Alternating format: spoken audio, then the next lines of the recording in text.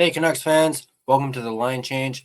I wanted to go over the interview that Jim Rutherford did with Iain MacIntyre of Sportsnet yesterday, as it's got everybody talking. And no, he didn't, mention he was playing with his brothers, but he did drop another Rutherford bomb. But before we dive into that, I want to quickly give a quick shout out and, excuse me, and thank you to my sponsor, Gassy Jack Art. I got amazing artwork you see over my shoulder there, and you guys can check them out yourselves at GassyJackArt.com. There is a link to his website in the description down below. All right. Let me talk to you. As I mentioned, Jim Rutherford had a Q&A with Sportsnet's Iain MacIntyre, whom is a legend. I love what iMac does. He's amazing. I hope I get to one day meet iMac. I just think in this Q&A, the topic of a rebuild was brought up during the Q&A, and Rutherford spoke about it. Of course, when this came out, a lot of Canucks fans were up in arms about this. So we're going to go over some quotes from the article. I'll leave a link to the article in the description down below. You guys can check it out yourselves. We won't read the entire article, but I've got a lot of quotes, and I'm going to pick specific ones, and we're going to talk about it. So, that being said, let's go ahead and take a look at the first one. So, I'm going to bring it up here. So here's the first one. Goes on to say, spoiler alert, Rutherford believes he has the authority to conduct a rebuild, but has no plans for one. And that's whether Quinn Hughes stays or not. This is a quote from Rutherford. So in regards to a rebuild, a rebuild is not something that we're going to look at doing. Rutherford told Sportsnet, like I said, we're in transition. That seems to be his favorite word. But we're not trading all these players for draft picks that may or may not end up playing someday. So they start off with the amount of injuries that the Canucks have had so far, like 19 games into the season. Sportsnet asks, after all the injuries your team endured last season, we thought the law of averages were with you this year, but you've had as many as 9 players out already, and now Demko is injured again, out week to week. Do you feel like you can't catch a break? Rutherford would go on to say, with a compressed schedule, yeah, we expected injuries, but we didn't expect it to this extent. A lot of teams have injuries, maybe not as many as we do, but you deal with it. So he's remaining optimistic when it comes to the injuries. He's not letting it, change his mind, or they're not panicking, which is obviously a good sign. Obviously, a lot of Canucks fans, they don't have that same mindset. They're panicking. I mean, I'm guilty of that myself, panicking from time to time with this team.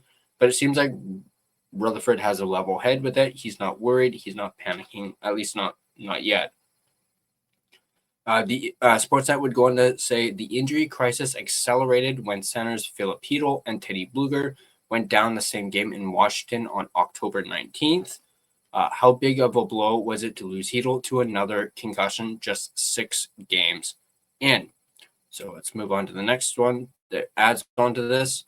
And this is Jim Rutherford talking about Chytil and, as well as the JT Miller trade that allowed them to acquire Filip Chytil. He goes on to say, well, when we made the trade with the Rangers last season, we were well aware of the risk, that being of Filip Chytil, but he was really the only center available to get back when we were trading such a good center in JT Miller. We were aware of that injury history, and we were hoping for the best. But we openly admitted that we needed to strengthen our center ice position in the offseason, and even to today, Patrick continues trying to do that. So basically, what Rutherford is saying here, they were well aware of the risk with Filip Chytil, like the injury risk, but he was really the only center available to get back when it came to a trade with JT Miller. Plus, you also have to take into consideration that JT had a no-move clause. He decided where he wanted to go, and he wanted to go to New York. And obviously the Rangers weren't going to give up guys like Trocheck or Zibanejad. I mean, I believe they tried to get Zibanejad, but Zibanejad wasn't willing to move and said no and like nixed any type of trade. So, and Filipino was the next man up when it came to a center for the Canucks. And you knew that if they were trading Miller, they were going to want a center in return. This is Sportsnet would go on to ask him, yes, you said after last season that the Canucks needed to acquire a second line center and it would be quote unquote expensive to make that trade, but quote unquote very expensive not to do it. Did you think in April you'd still be waiting for that trade in November? Now, we have mentioned that quote right here on this channel, on this podcast before, and we are definitely in the very expensive category. We're in the very expensive window when it comes to that. Now, Rutherford would respond to this by saying, no, I did not, but it's not from Patrick's lack of trying. So even Rutherford is admitting that he thought by now they would have a second line center. He figured they would get one during the summer, but they ended up not being able to, and we'll get into the reasons why in this next quote that we have. He's calling teams all the time. If it ever gets to a conversation about potentially adding somebody, the price is just too high. So that is the reason that they were not able to acquire a 2C over the summer. The price tag was just too high for Rutherford and Patrick Allvin, and they weren't willing to dip into guys like Mancini, Willander, Coots. They weren't willing to give up those guys, and a lot of teams were saying like, oh, why don't you give us that guy? And the Canucks were like, no, we're not giving up our our high-end prospects for a second line center. So they were basically standing their ground. And of course, Sportsnet would go on to ask, how high? Like Tom Willander and young Elias Pettersson too high? Rutherford would respond with, yeah, like that. One of the things I've been open about is, we're kind of caught in between here right now. I believe our organization has done a good job in building up the pipeline of younger players. Do we want to give those up now, or do we want to keep building? Until we traded JT, we were on the right track to continuing to build towards being a contender on a more regular basis. And then when JT got traded, we were set back. So basically he's saying, they had to pivot when it came to when they traded JT Miller. They had to pivot slightly. It set them back. Regardless of what deal we made, you're not going to replace him. That's JT Miller. And so then when we became a team in transition again, there's that word again, and we're still a team in transition. If you look at our lineup now, we've got sometimes 6, 7 first-year players in our lineup, and that's hard. But the positive side of that is that these guys are developing, so there's somewhat of a silver lining in a disappointing first quarter of the season. So he admits you can't replace a guy like JT Miller, a guy who's a heart and soul guy. I know I might be being a little bit biased because of the Miller jersey right there. But yeah, it definitely trading JT Miller set them back. And Rutherford has gone on the record to say that it's not a trade that they wanted to do, that they were forced to make. But moving on to the next quote. Hang on. Here we go. Bring this one up. What do you do to the roster in the short term? So he's talking about like short-term moves for this roster to perhaps make it better. We could make changes, pay heavy prices in trades, and still not be a playoff team. Or we could stay the course, get back healthy, and still have a chance to make the playoffs. But we could also miss the playoffs doing that, right? We're in a very good draft year, and you got to keep that in mind. Right now, as we speak, I would say we would stay the course with developing our young players and getting our injured players back in the lineup and continue to look for that center. We still really don't know what we've got because we haven't had a full lineup. And he's absolutely right there. The Canucks have not had a full lineup. 19 games into the season, at least somebody's been injured. So they've not actually had a full lineup. So hopefully once we get everyone back, perhaps we'll see things change, see things move in a more positive direction for the Canucks. But that is Rutherford's mindset in the short term. They're not willing really to pay heavy prices. Let me see. Which one is it? Oh, so yeah, this is one. So continuing off that, so basically they asked Jim if he's considering trade chips like Willander, DPD, like Armaki, Braden Coots, and Rutherford flat out says that's not in the plan. They're not interested in trading the future. They're not interested in trading guys like Willander, DPD, Lakaramaki, or Coots. They want to keep those guys because they know that they're going to help the future of this team. People use different words as to how a team goes forward. Some people use rebuild. Some use the word transition. Hey, there's that word again. You can spin it whatever way you like, retool. But the fact of the matter is we're at a point where our amateur scouts and development staff under Patrick have done a good job in building up a good group of young players. And it would take something extreme for us to start cutting into that. Now, I'm not saying we wouldn't trade one of these players, but if we did, it would be for somebody that's 25 years or younger. Even our core older guys are still in their 20s. We're still a relatively young team. It's not like we're an aging team that's got nowhere to go. Now, this is where we get into the Quinn Hughes stuff. Quinn Hughes' future will be a subplot all season. Will his decision next summer whether to re-sign with the Canucks or ask out to play with his brothers determine which direction the team building takes? And Rutherford goes on to say, no, I don't think so. I think as long as we stay the course and keep getting younger players that we feel will play in the NHL and contribute to a team that can become a consistent playoff team and a contender, that's what we would do. Now, is this... don't need to look over that one.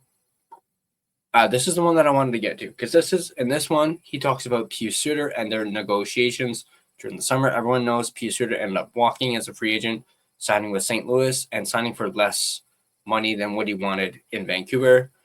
So Sportsnet goes, pardon the pun, but your PK is killing you. Last in the NHL. Is that just personnel? Rutherford would respond with, well, we've had two key guys out, Derek Forbort and Teddy Bluger. So that starts it, but our penalty kill wasn't good at the start of last year either. And it got to a point where we were really good. It has to get better. Whether we change how we kill or we get different people on the PK, it has to change if we're going to win. Perhaps that means bringing in a guy like David Camp, who actually by the time this video probably comes out, may or may not have already either signed with the Canucks or signed with another team. Another guy who was out first on every PK last year, center Pius Suter, left in free agency for just a 2-year contract in St. Louis at $4.125 million per. Do you regret not keeping him? Here's the thing with Suter. Rutherford goes on to say, I was going to mention him earlier. He was a guy that we thought we were still in on when he went to St. Louis, and I know he wanted to come back here. There seemed to be some miscommunication on term. Based on what it eventually ended up, we would have considered bringing him back for longer than 2 years, but it didn't work out. I read this quote, and there being miscommunication on term between the Canucks and Suter. That is literally, quite literally, we ran out of time 2.0. I am blown away by this quote and the fact that the reason Pius Suter did not re-sign with Vancouver is because there was miscommunication between the two sides. Like, this is in my eyes, a major screw up by Jim Rutherford and Patrick Allvin. Major screw up. So they let Pius Suter walk, which is something that a lot of Canucks fans feared, and they let him walk due to miscommunication on term. Like, get real. This is bad. Like, this is definitely going to leave a bad taste in Canuck fans' mouths, knowing that this was the reason why we lost Pius Suter, because everyone wanted Suter to come back. And this is I'm floored by this answer from Jimmy Rutherford, and it's a real shame. It's just yet another screw up by this management group. We saw it with Tyler Toffoli several years ago, which is why I brought up the "ran out of time" quote, which Jim Benning did. And it's just another, basically another Tyler Toffoli screw up, and it's really discouraging to see this type of thing happen again. And yeah, I'm just floored by that. Okay, so here's another quote. So Sportsnet would go on to ask, what's the best case scenario? Rutherford's answer would be, the best case scenario is we get our players back, we stick with the priority we've had for 6 months to get another center, and then see where we're at, take a run at making the playoffs. And if you get in the playoffs, you just never know. And Sportsnet would go and ask, and what if that doesn't work? Rutherford would go on to say, then the downside of it is stay the course, stick with what I just said, and we miss the playoffs, so we win the draft lottery and get a top 5 pick, and keep building a team that is relatively young, where most of our players are in their 20s. Just keep adding good players. There's a bit of a problem with that, especially him saying, so we win the draft lottery. When have the Vancouver Canucks ever won the draft lottery? Like, the odds of that happening, regardless if they finish, last in their division or, play really bad and don't make the playoffs, it's not a guarantee that you're going to win the lottery. It's called a lottery for a reason. So I don't like that he's saying, so we win the lottery and get a top 5 pick. You're not guaranteed a top 5 pick. Like, you can't guarantee that in November. So I don't really like that quote from Rutherford. I don't like that mindset. But that's just my opinion. Let me know in the comments section down below if you guys share that same opinion that I have. Sportsnet would go on to ask, but not a full rebuild. Rutherford would go on to say, rebuilds can work, but you have to understand rebuilds take a long time. Sometimes they don't. Sometimes they do. Sometimes they do. They don't always take a long time. There has to be a lot of patience, and for the teams that take the biggest jump and ultimately rebuild and win a cup, they usually have a first overall pick. And you still have to get lucky on that. I'm not naming teams, but some have tried a rebuild and had a ton of draft picks that didn't turn out. So a rebuild is not something that we're going to look at doing. Like I said, we're in transition, but we're not trading all these players for draft picks that may or may not end up playing someday, which was the same quote that we took from the first screenshot. And this is the final screenshot from the interview. And this is one that a lot of Canucks fans are going to be looking at, because a lot of people are under the impression that Francesco Aquilini does not want to rebuild. I mean, not under the impression. They know Aquilini doesn't want to rebuild. It didn't happen in the Benning era. They tried to do it, 9 years ago or 11 years ago in 2014 after the 2013 season, and ownership said no. So this is interesting. Sportsnet would go on to ask, if you wanted to do a rebuild, would your owner allow it? To the point where Rutherford responds with, to this point, I've had total freedom to do what I want. Francesco has been very supportive from day one. From the time he met me and hired me, he hasn't interfered. He has left it in my hands. I question that last little bit on the fact that he hasn't interfered. Obviously, there's rumors with Elias Pettersson and the Carolina Hurricanes. Also with, Evander Kane as of late. There's been rumors about Aquilini interfering when it comes to signings, whatnot. So I'm not really buying that last little bit. But yeah, basically what Rutherford is saying is, if he wanted to do a rebuild, Aquilini would let him. I'm finding that a little hard to believe, considering who Aquilini is. But yeah, that was this was the interview with Jimmy Rutherford. Lots of good quotes here. Talking about Pius Suter and just much of a debauchery that whole thing panned out to be.